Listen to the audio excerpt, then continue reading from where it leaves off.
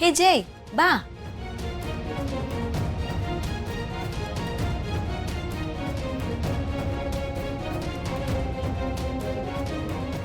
By the by, hey is mister Gokul, ನನ್ನ boy friend.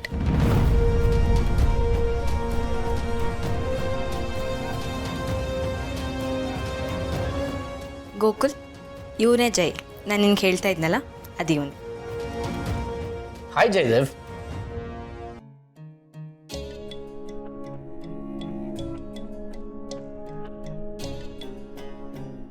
ನಿಮ್ಮನ್ನ T ವಿಯಲ್ಲಿ ನೋಡಿದ್ದೀನಿ.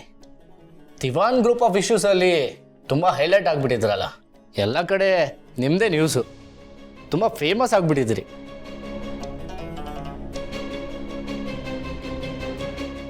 ಅಂದಾಗೆ ಜೈ, ಗೋಕುಲ್ ನನಗೆ ತುಂಬ ತಿಂಗಳುಗಳಿಂದ ಪರಿಚಯ. ಆ್ಯಕ್ಚುಲಿ ನಾವು ಮದುವೆ ಆಗಬೇಕು ಅಂತ ಇದ್ದೀವಿ. ಗೋಕುಲ್, ನಿಮಗೆ ಜೈ ಬಗ್ಗೆ ಎಲ್ಲದನ್ನು ಹೇಳಿದ್ದೀನಿ. ನಿಮ್ಗೆ ಇನ್ನೂ ಏನಾದರೂ ಕೇಳಬೇಕು ಅಂತಿದ್ರೆ ಇವಾಗಲೇ ಕೇಳಿ ಕಲೆಕ್ಟಿ ತೊಗೋಬೋದು. ನೋ ನೋ ನೋ, ನನಗೇನು ಪ್ರಾಬ್ಲಮ್ ಇಲ್ಲ. ನಾನು ನಿನ್ನ ತುಂಬ ಟ್ರಸ್ಟ್ ಮಾಡ್ತೀನಿ. ನಾನು ಯಾರನ್ನಾದ್ರೂ ಅತಿಯಾಗಿ ನಂಬ್ತೀನಿ ಅಂದರೆ ಅದು ನಿನ್ನೆ ಬೇಬಿ. ಈಗ ಜೈ ಎಲ್ಲದನ್ನು ಕಳ್ಕೊಂಡು ಹೆಲ್ಪ್ಲೆಸ್ ಆಗಿದ್ದಾರೆ. ಅದಕ್ಕೆ ನಾನೇ ಹೋಗ್ಲಿ ಪಾಪ ಅಂತ ಇರೋದಕ್ಕೆ ಜಾಗ ಕೊಟ್ಟಿದ್ದೀನಿ. ಎಷ್ಟೇ ಆದರೂ ಒಂದು ಟೈಮಲ್ಲಿ ರಿಲೇಷನ್ಶಿಪ್ಪಲ್ಲಿ ಇದ್ದವರಲ್ವಾ, ಹಾಗೆ ಕೈ ಬಿಡೋದಕ್ಕಾಗಲ್ಲ. ಸೊ ಅದಕ್ಕೆ ಹೆಲ್ಪ್ ಮಾಡ್ತಾ ಇದ್ದೀನಿ. You are really great baby. Drink? Sure. Okay, ನೀವು ಮಾತಾಡ್ತಾ ಇರಿ, ನಾನು ತಗೊಬರ್ತೀನಿ.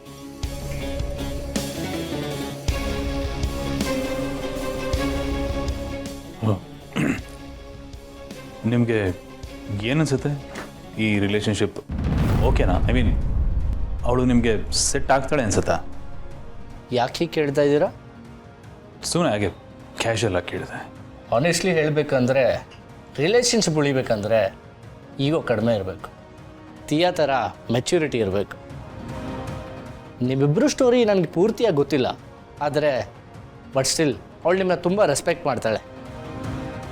ಇದು ತುಂಬ ದೊಡ್ಡ ವಿಷಯ.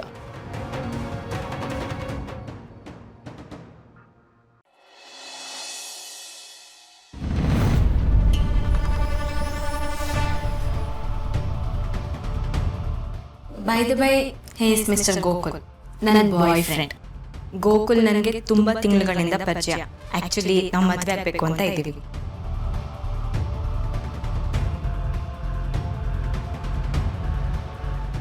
ಥ್ಯಾಂಕ್ಸ್ ಜೈ. ನನ್ನ ಹೊಸ ರಿಲೇಷನ್ಶಿಪ್ನ ಸ್ಪೋರ್ಟಿಯಾಗಿ ತೊಗೊಂಡಿದ್ದು ನಂಗೆ ತುಂಬ ಖುಷಿ ಆಯಿತು. ಆ್ಯಕ್ಚುಲಿ ನೀನು ಹೀಗೆ ಇರಬೇಕು. ನಿನಗೇನೋ ಬೇಜಾರಿಲ್ಲ ತಾನೆ? ಏನು ಮಾಡೋಕ್ಕಾಗುತ್ತೆ ಜೈ, ಲೈಫಲ್ಲಿ ಏನೇ ಆದರೂ ಎಲ್ಲದನ್ನೂ ಪಾಸಿಟಿವ್ ಆಗಿ ತೊಗೊಂಡು ಮೂವ್ ಆನ್ ಆಗಬೇಕು ಅಲ್ವಾ? ಮೊದಲಾಗಿದ್ದರೆ ನನಗೆ ಅಂತ ನೀನು ಇರ್ತೈತೆ, ಬಟ್ ಇವಾಗ ನೋಡು ನಿನ್ನ ಪರಿಸ್ಥಿತಿ ಹೇಗಾಗಿದೆ ಅಂತ. ಪೆಗ್ ಹಾಕಿಲ್ಲ ಅಂದರೆ ನಿನ್ನ ಕೈ ನಡ್ಗತ್ತೆ, ಹಾಕಿದ್ರೂ ನಿನ್ನ ಕೈ ನಡ್ಗತ್ತೆ. ನಿನ್ನಂಥವನ ಜೊತೆ ನಾನು ಬದುಕೋದಕ್ಕಾಗತ್ತಾ? ನೀನೇ ಹೇಳು. ಹೇಗೂ ಸ್ಪೋರ್ಟಿವ್ ಆಗಿ ತೊಗೊಂಡಿದ್ಯಾ, ನನ್ನ ಪಾಡಿಗೆ ನನ್ನನ್ನು ಬಿಟ್ಬಿಡು. ಆ್ಯಕ್ಚುಲಿ ಗೋಕುಲ್ ಇಂಡಿಯಾದಲ್ಲಿಲ್ಲ, US ಅಲ್ಲಿ ಸೆಟ್ಲ್ ಆಗಿದ್ದಾರೆ. ನಾನು ಕೂಡ ಅಲ್ಲೇ ಸೆಟ್ಲ್ ಆಗಬೇಕು ಅಂತ ಡಿಸೈಡ್ ಮಾಡಿದ್ದೀನಿ. ನನಗೆ ವೀಸಾ ಕೂಡ ಸಿಕ್ಕಿದೆ.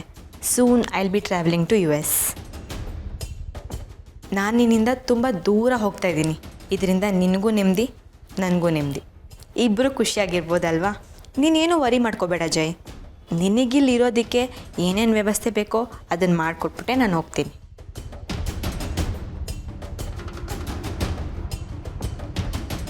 ಥ್ಯಾಂಕ್ಸ್ ಅ ಲಾಟ್, ನನ್ನ ಮೇಲೆ ಇಷ್ಟೊಂದು ಕನ್ಸರ್ನ್ ಇರೋದಕ್ಕೆ. ಈ ಉಪಕಾರನ ನಾನು ಯಾವತ್ತೂ ಮರೆಯೋದಿಲ್ಲ. ಈ ಕೃತಜ್ಞತೆ ನಿನ್ನ ಮನಸ್ಸಲ್ಲಿದ್ದರೆ ಸಾಕು.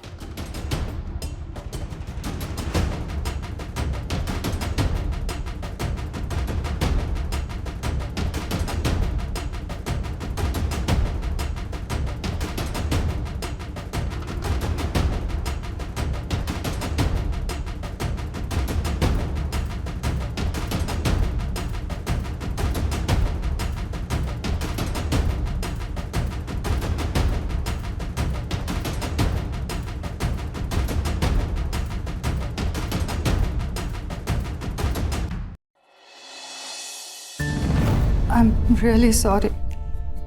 ನನ್ನಿಂದ ನಿಮಗೆಲ್ಲ ತುಂಬ ಬೇಜಾರಾಗಿದೆ. ನನ್ನ ವಿಷಯಕ್ಕಾಗಿ ಮನೇಲಿ ಎಷ್ಟು ಖುಷಿ ಇತ್ತು. ನಿಮಗೆಲ್ಲ ಆಸೆ ತೋರಿಸಿ ಈಗ ಮಧ್ಯದಲ್ಲೇ. ಮಹಿ, ಹಾಗೆಲ್ಲ ಮಾತಾಡಬಾರ್ದು. ಇಲ್ಲ ಅದಕ್ಕೆ ನೀವೆಲ್ಲರೂ ನನ್ನನ್ನು ಎಷ್ಟು ಕೇರ್ ಮಾಡ್ತಾಯಿದ್ರಿ. ನಾನು ಕೂಡ ಈ ಸರಿ ಮಗು ಆಗೇ ಆಗುತ್ತೆ ಅಂತ ಮನ್ಸಾರೆ ನಂಬಿದ್ದೆ. ಮಗು ಬಗ್ಗೆ ತುಂಬ ಆಸೆ ಕನಸುಗಳನ್ನ ಕಟ್ಕೊಂಡಿದ್ದೆ. ಈ ಸರಿನು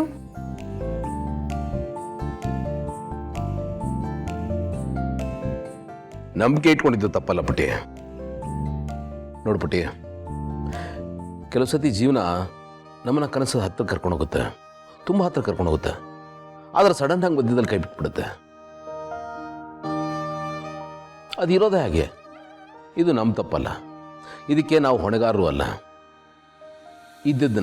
ಬಂದಿದ್ದನ್ನು ಬಂದಾಗ ತಗೊಂಡು ಮುಂದೆ ಬರೋದೆಲ್ಲ ಒಳ್ಳೇದಾಗುತ್ತೆ ಅಂತ ಹೋಪ್ಸ್ ಇಟ್ಕೊಂಡು ಮುಂದಕ್ಕೆ ಹೋಗ್ತಾ ಇರಬೇಕು. ಏನೋ ಆಯಿತು ಅಂತ ಅದ್ರ ಬಗ್ಗೆನೇ ಕೊರಗ್ತಾ ಇದೆ, ಅದರಿಂದ ಏನೂ ಪ್ರಯೋಜನ ಇಲ್ಲ. ರಿಯಾಲಿಟಿನ ಅಕ್ಸೆಪ್ಟ್ ಮಾಡ್ಕೋಬೇಕು. ಎಲ್ಲ ಸರಿ ಹೋಗುತ್ತೆ, ಎಲ್ಲ ಒಳ್ಳೇದಾಗುತ್ತೆ. ನೋಡು ಮಹಿ, ನಿನ್ನ ನೋವು ನಮ್ಮೆಲ್ರಿಗೂ ಅರ್ಥ ಆಗುತ್ತೆ.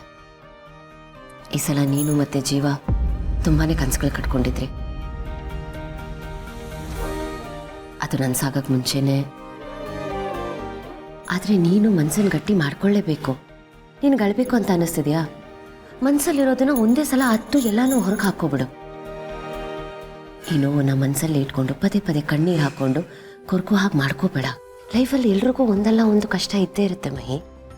ನಮ್ಮನ್ನೇ ನೋಡು, ನಮಗೆ ಮಕ್ಕಳಾಗಲ್ಲ ಅಂತ ಹೇಳಿದ್ರು. ಆಗ ನಮಗೆ ಉಸಿರೇ ನಿಂತಾಗ ಆಗ್ಬಿಟ್ಟಿತ್ತು ಗೊತ್ತಾ? ಆದರೆ ಈಗ ನೋಡು,